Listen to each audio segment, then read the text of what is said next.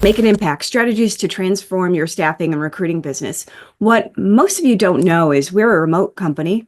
And every summer we get together, we bring our entire company into Buffalo, New York, sunny Buffalo, New York. Our summers here are phenomenal. I know you only know us for our winters, but our summers are phenomenal. And we get together and we learn together. And one of the things we did this year and last year is we had a panel of staffing company owners. This year we had a second panel of staffing consultants to the industry. And we learned so much from them. We're going to bring a lot of that here. We also last week just attended MyCon, which is a conference for marketing and AI, AI and marketing, I guess. And we have some things to bring from that as well. So that's I've mispronounced that as Macon every single time that I've said it. All right, MyCon, that makes sense. I don't know. Marketing AI conference. Yeah, I don't really know. So, so I don't know. Anyway, we have a mixed bag. Everybody's experiencing a mixed bag for 2024. I think there's been ups, there's been downs, it's been a kind of a roller coaster. It's been maybe that way since 2019, I would say. I remember distinctly 2019 going into 2020 thinking 2020 is going to be a great year. And here we are in 2024. So let's talk about the rest of 2024, David, and into 2025. I think we're going to have a stronger 2025 than we had 2024. What do you think? Yeah, well, I know that several of the panelists, I mean, Dan Morey said that, Tom Erb said that, Mark Winter said that. They said everything they're looking at, they're seeing their clients showing signs of life. If you look at the SAA Bullhorn indicator, it's trending in the right direction. Back in April, the industry was down 13% year over year as of the end of August. It's still down at 7%, but we've made a lot of ground back. So what we saw in the presentation from our clients, there's these micro economies. So we were expecting all of our panelists to go, oh, business is terrible. What are we going to do? And instead, we heard from a couple of them in the Gulf Coast areas, business is booming and we can't find people. And it's back as busy as we've ever been. So it's really cool to hear that. But then we heard from other people in other parts of the United States where no, things aren't quite as strong. And a lot of it depends on who are my clients and where am I working? And so you've got these microeconomic situations impacting the staffing industry. I think there's a lot of uncertainty as well. And I think I mentioned that. But if you look at the numbers and you think about what's happening right now, we're in the middle of these elections and it doesn't really matter which way it ends up, but it's impacting hiring, it's impacting the economy, it's impacting people's decisions about their businesses. We're hoping that hiring, and we've seen in the past that hiring picks up after the election. So we're looking at 11.5. It's going to pick up, right? Yeah. It doesn't matter if you're red or blue. It's just getting rid of the uncertainty is what our economy really needs, because that keeps companies from making investments. It keeps people from buying stuff. And it's, it's that industrial spending and the consumer goods spending that drives our economy. I think the other trend we're seeing, baby boomers are retiring. So I don't know about you, but my Instagram is full of people saying well, you can buy baby boomers companies and they're at fire sale and blah, blah, blah, blah, whatever. But baby boomers are retiring. That is impacting the job market. It's impacting business and the economy as well. And it will continue to do so because we're at the beginning of that. I really thought you were going to say I keep seeing ads for baby boomers because that's more what my feed looks like. So you've got a much better feed of ads than I do. I don't know. They're offering me a lot of baby boomer businesses to buy. That was a lot of bees.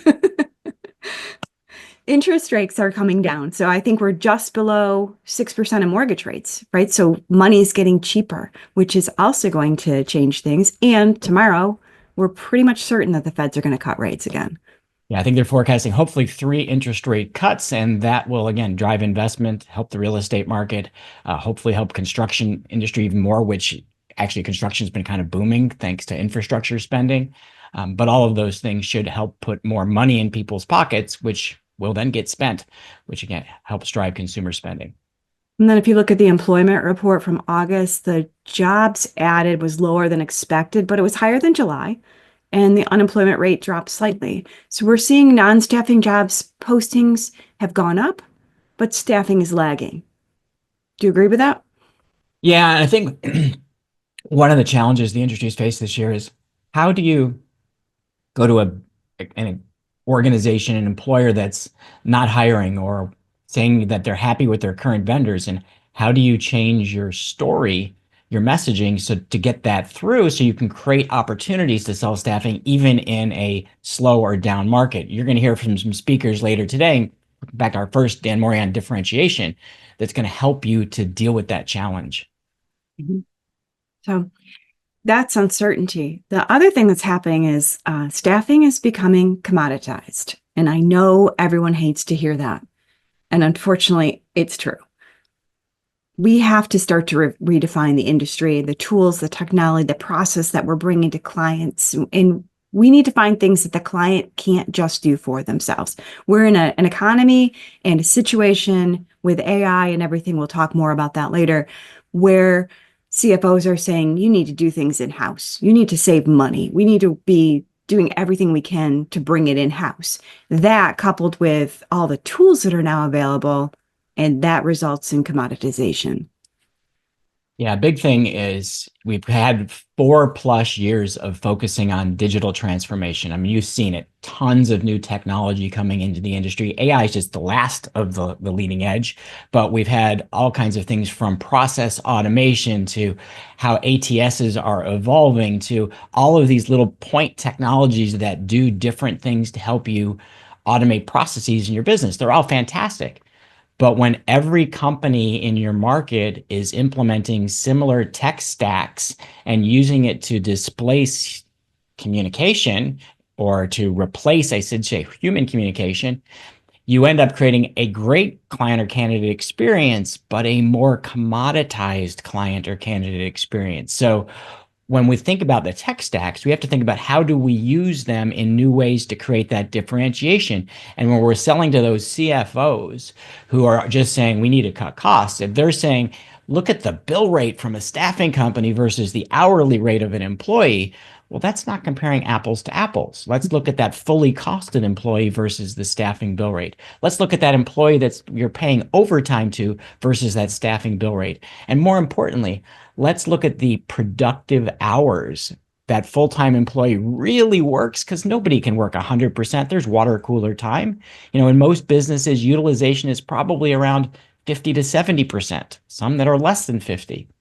When you bring in a temporary employee, their utilization rate is close to 100%. So you can have a higher hourly cost, but an effective lower hourly labor cost because the utilization rate is higher. I know it's a complex topic, but staffing has so many competitive advantages. And when we're talking to CFOs in this economy, we have to show that the value of staffing comes from the real net cost that you deliver versus internal employees or versus particularly overtime.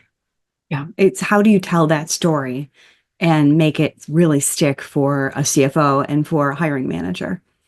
So the other part of staffing, and this one's hard, but lack of quality over time. And we know what the job market is out there. We know great people are employed. The employment rate's so low that the people that are left maybe are not the cream of the crop. And I'm trying to be very careful of what I say here, but that impacts the service that we provide as a staffing company owner. And that reputation follows the industry. And we have to worry about that as well. Yeah, that's a real challenge. And one of the things we heard at Jeff, your video is on. You need to turn it off, please. I don't think you heard us. Jeff, can you turn off your video, please? All right. I knew we'd have some people jumping into presentations today. All right. But one of the things we're going to be looking at for every staffing company is the importance of their own brand in a market. And you mentioned the commoditization. It's really hard to stand out as a staffing company. It's really hard to be known as being somewhat different. One of the sessions at the Macon conference that Brad Smith went to is on SEO. And one of the things that was mentioned by the speaker is that branded search has a higher conversion rate than non-branded search, meaning people looking for you by name. So what does that mean? The implication is in your local markets, or if you're a regional or a national company, everywhere you have a branch office, in those cities, those towns, you need to build your brand. You need to have employers and job seekers looking for you by name because you've broken through that commoditization. They're no longer lumping you in with everybody else and saying, well, staffing's poor quality, but ABC staffing, they're not like everybody else. And so you need to build that brand so people are seeking you out. And if you really want to make an impact in a down economy, you have to become the go-to company of choice for staffing and recruiting buyers. Great points, really great points. Well, every year I think we talk about staffing is the people business. If we're in the people business, and it's a people to people conversation that we have to make sure we're having. So we need to think about how we can double down on that people part of the business and work alongside the platforms, work alongside AI, work alongside the tech staff, and separate and differentiate based on that quality that we provide. So one of the things that a couple of the speakers mentioned that were presenting at our Culture Olympics was, what is the future of staffing? Are we headed down the path of being like the real estate agent or the travel agent? Technology is going to change how service delivery happens. AI is going to radically change how service delivery happens. But if you look at real estate agents still have tremendous value to their clients. If you look at travel agents, there are some that have tremendous value, but a lot of what they used to do, helping to book flights, was taken away by technology, was completely commoditized. And some specialty travel agents found ways to thrive. And you might actually want to look at those who are successful and what they did to beat commoditization. And most real estate organizations weren't commoditized, even though everything went into the multiple listing systems. So where are we headed? As you put technology into your business, what type of future do you want to have? Yeah, there's opportunities in niche markets. There's opportunities in integrating advanced technology into your process, but not taking the people out of it, shifting towards really highly personalized services and being specialized.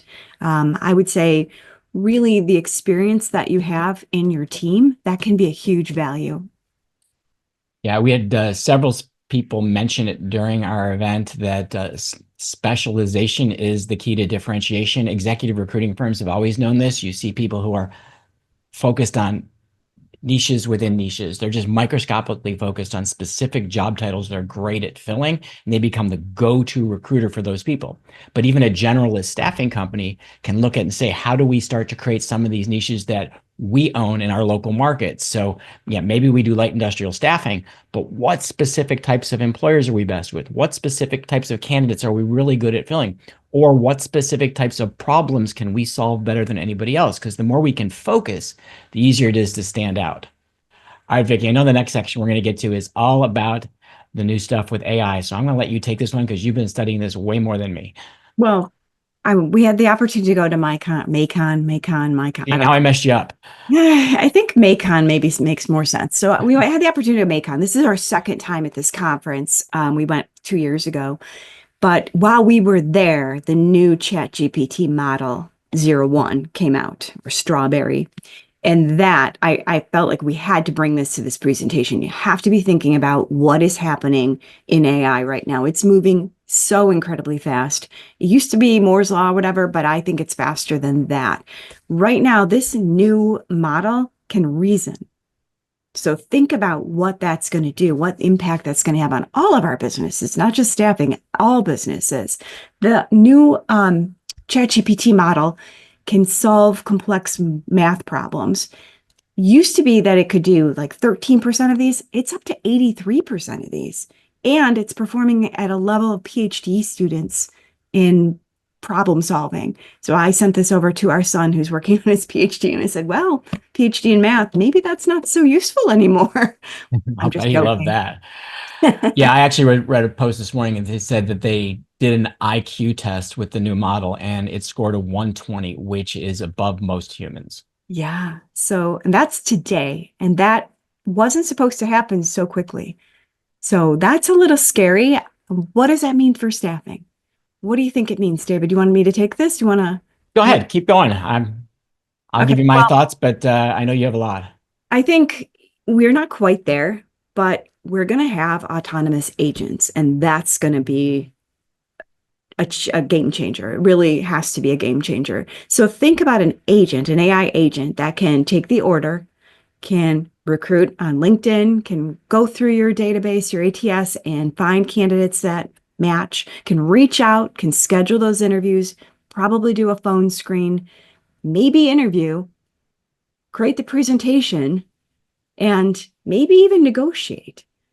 That's terrifying.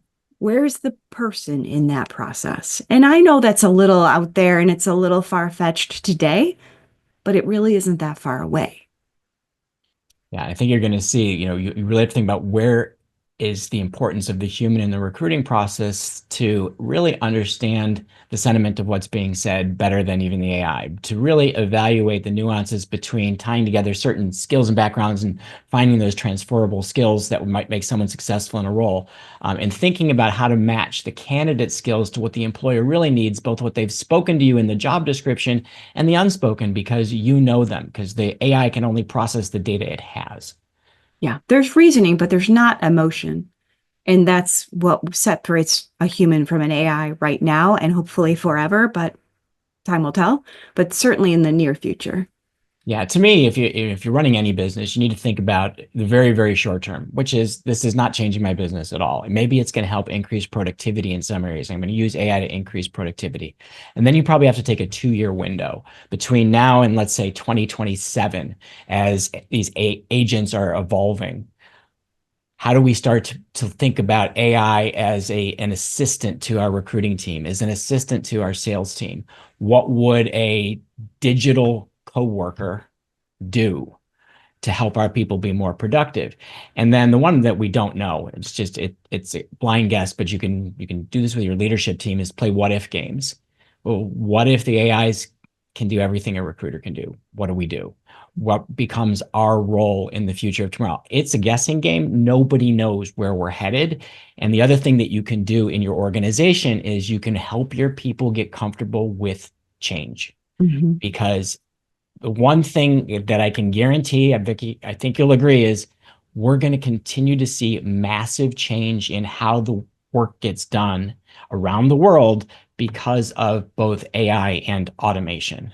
Yeah, and it's happening faster and faster than ever before. So you have to get comfortable with being uncomfortable. It's just the way the world is right now and All going right, forward.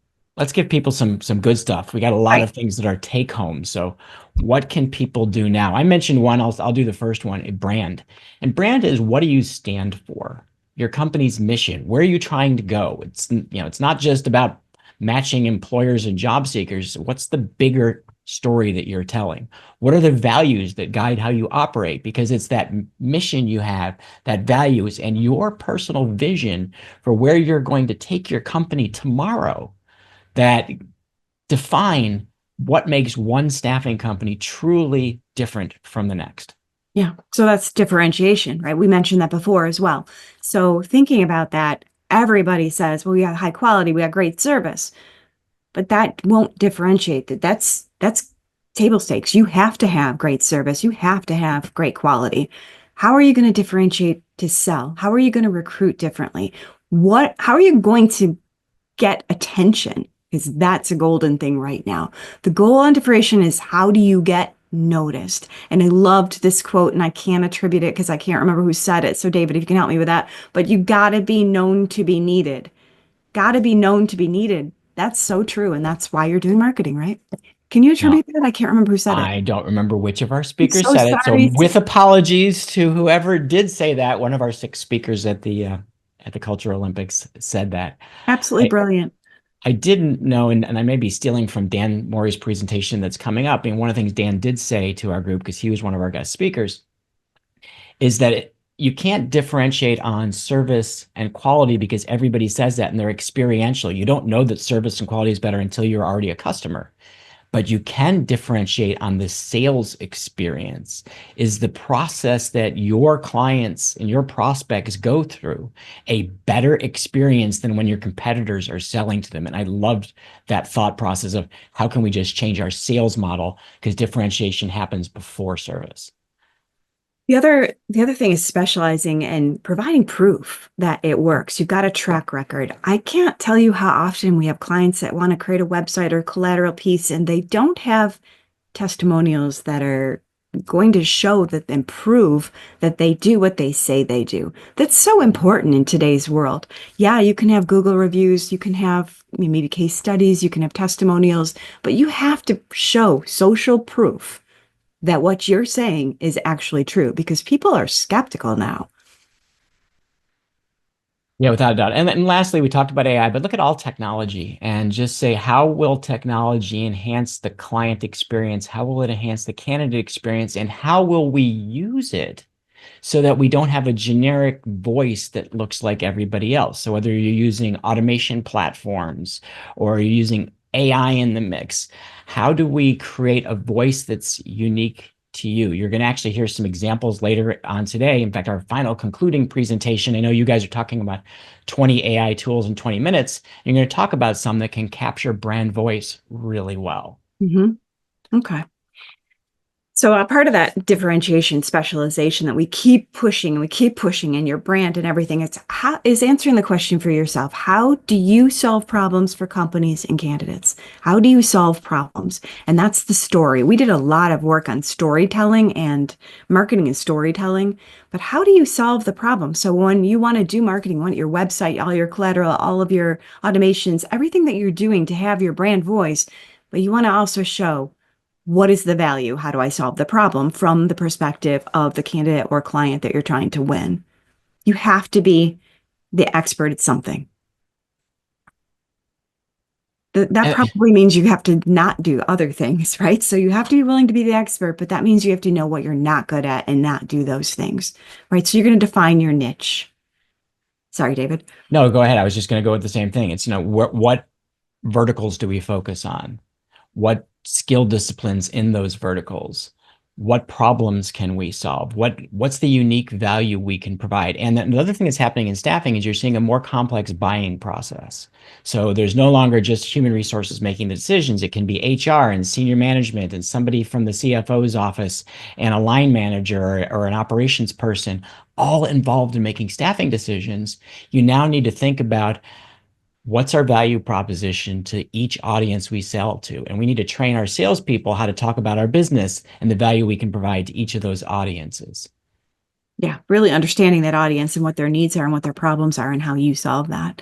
So, and then lastly, you really need to embrace everything that a machine cannot replace. There's a ton of it, and we did a little brainstorming on it. So I'm going to rattle off a few of these because I know we're short on time. But you have to embrace that. The AI is going to take some jobs. It's going to replace some of the work that we do. It's going to create new jobs as well. But what can't a machine do? What can't AI do? It can't build relationships. It's not a human. It can't have that personal touch. It can't show care and emotion. It can't communicate the way the audience may want. It's going to communicate the way it has been trained to communicate. So you need to be thinking about that though. How does how does your audience want to be communicated with? So it might not be phone, it might be email, it might be showing up in person, it might be text. There might be other ways. And when you think about service delivery, you need to think about the Amazon effect. Like everybody wants things to be instantaneous. So you need to think about speed. You need to think about the way apps work, convenience. You need to think about your service delivery process. Where are we creating friction for our clients or our candidates? Because in a market like this that's slower, the company that provides the best fit talent fastest, that fills the order before everybody else, they're going to get the placements. So I'm stealing your line here totally, No, Vicki. no, you So cannot. all right, you can go. Speed is the new currency. Our team has heard it. I don't know how many times, but go ahead, David. You can take it I from was trying to steal it from her because I know she loves that one. But really, it is. It's about how fast can we fill orders? How responsive can we be when the phone rings or when an email comes in or when somebody pings us on an app? We need to use technology to go faster because there's a limit to how fast people can go. And nobody wants to work 24 hours a day, but your digital assistants will work 24 hours a day. They can be there 24/7 answering questions. So your goal, be the people business with great systems. That's the key. And from a sales and marketing perspective, if we know the economy is going to get stronger in 2025, we've seen time and time again companies that get in front of that and start aggressively selling and marketing and building their brand in advance of when the job orders are coming in. They get the job orders first. They get more job orders. They get more candidates. They fill faster. They grow faster. We have seen it in every recession. We've been doing this for 28 years. We have seen that companies that make that investment when times are tough are the first ones to recover. And the same goes with recruiting. It's time to get aggressive, get smart, build relationships, really think about how we're going to nurture our talent pool, because we may not have job openings for all the people we want, but we need to be keeping them top of mind so that when we do have the right job, hey, they want to come work with us to advance their career, find that next temporary assignment.